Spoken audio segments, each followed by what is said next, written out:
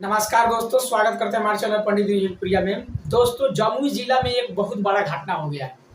दरअसल जमुई जिला के कल्याणपुर पंचायत में सरकारी स्कूल के टीचरों को मारा पीटा गया और वो भी जबरदस्त पिटाई हुआ। और किस कारण हुआ तो बने रहेगा हमारे वीडियो पे, हम इसी वीडियो में बताएंगे। अगर आप चैनल पर नए हैं तो चैनल को सब्सक्राइब जरूर कर लीजिए।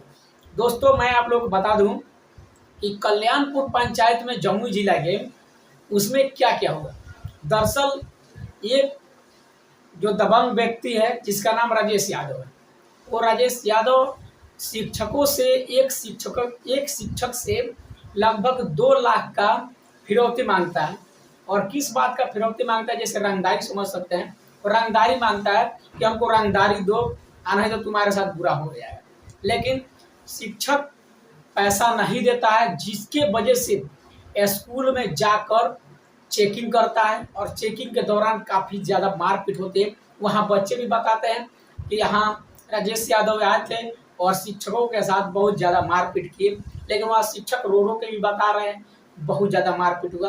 और उसके वजह से एक रंगदारी की वजह से आप समझ सकते हैं कि कल्याणपुर पंचायत के लगभग आसपास में जो जितने भी स्कूल हैं, लगभग 15 स्कूल बंद कर दिया गया है। अब आप समझ सकते हैं कि बिहार में कैसे चल रहा है।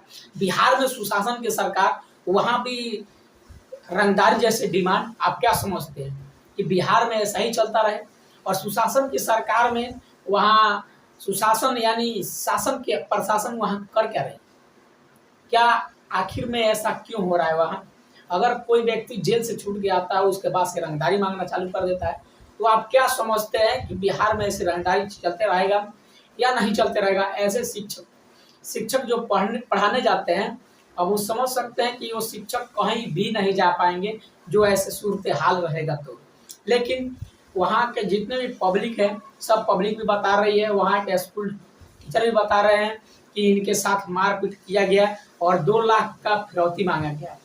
और किस बात का फिरौती है, इसका कोई जानकारी अभी तक नहीं है कि किस बात का फिरौती मांगा है। दरअसल वो रंगदारी टैक्स लोग मांग रहे थे।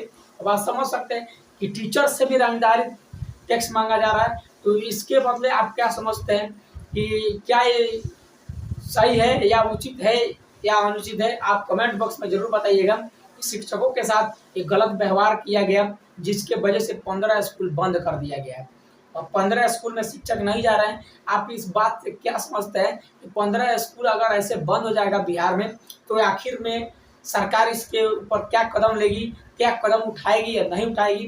तो आप कमेंट बॉक्स में जरूर कमेंट कीजिएगा कि और दूर दूर तक ये वीडियो पहुंचाइएगा। बिहार सरकार, सुशासन के सरकार में अगर ऐसी घटना हो रही है तो इसका जिम्मेवार आखिर कौन है?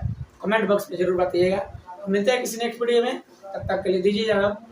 जय हिंद।